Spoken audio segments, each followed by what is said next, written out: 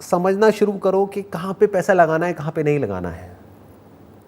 For example आपकी capacity है तो मैं कहता हूँ आप 1 लाख का क्या 2 लाख का भी कोर्स लो, कौन रोक रहा है। आपके पेरेंट्स के पास में फालतू पैसा है तो अब आप चाहे 20 लाख का कोर्स करो, 50 लाख का करो, 1 करोड़ का करो, क्या फ़र्क पड़ता है।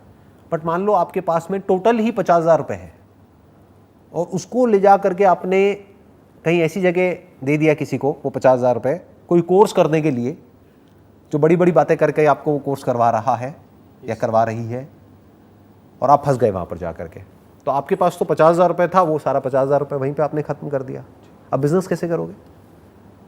इम्पॉसिबल। इससे बेटर ये था 50,000 रुपये वहाँ पर उस बंदे को देने की बजाय 500 रुपये की आप कोई बढ़िया बुक्स लेते। कंपैरेटिवली ई बुक्स जो होती हैं वो सस्ती होती है तो ई बुक्स ले लेते।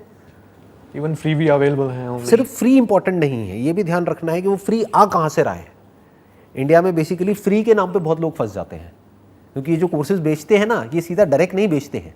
पहले आपको फ्री का लालच देंगे, फिर कोर्स बेच देंगे, फिर आपके पास फ़ोन आने लग जाएंगे दिन में 10, 20, 30, अब ये कर लो, वो कर लो, वो कर लो, वो कर लो, अब ये बेसिक कोर्स आपने किया, अब एडवांस कर लो, अब ये कर लो, वो कर लो।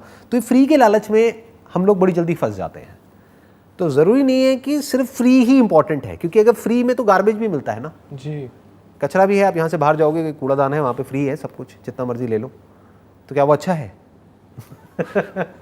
तो आपको ये देखना है कि चाहे वो फ्री में है चाहे उसके पैसे लग रहे हैं, that is not important. Important ये है कि सिखा कौन रहा है, उस बंदे का खुद का लेवल क्या है। अब क्या होगा, आपको ऐसे भी लोग मिलेंगे जो एक लेवल पे हैं और वो उसी चीज़ का चार्ज कर रहे हैं, मान लो 50,000 रुपये, और उनसे ज़्यादा नॉलेजेबल, उनसे ज़्यादा एक्सपीरियंस्ड, उनसे ज़्यादा पैसे वाले लोग बैठे हैं जिनके लेक्चर्स आपको फ्री में देखने को मिल जाएंगे। तो देखो वहाँ से आपको सीखने को मिलेगा। तो फ्री भी देखना पड़ेगा कहाँ से आ रहा है, उसका बंदे का खुद का लेवल क्या है। आपको समझ आया ये बात? क्लियर हुई? बिल्कुल, एब्सोल्युटली क्लैरिटी आई ना जी।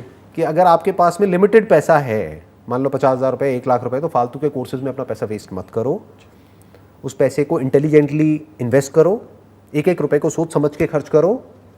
सीखना है तो आज की डेट में 1,000-2,000 रुपये में, इसको इन्फॉर्मेशन एज बोलते हैं, 1,000-2,000 रुपये में अच्छी जगह से, अच्छे लोगों से, अच्छी बुक से आप सीख सकते हो। तो अपने उस 50,000 रुपये को, लाख रुपए को बचाओ, उसको यूज़ करो बिजनेस को करने के लिए।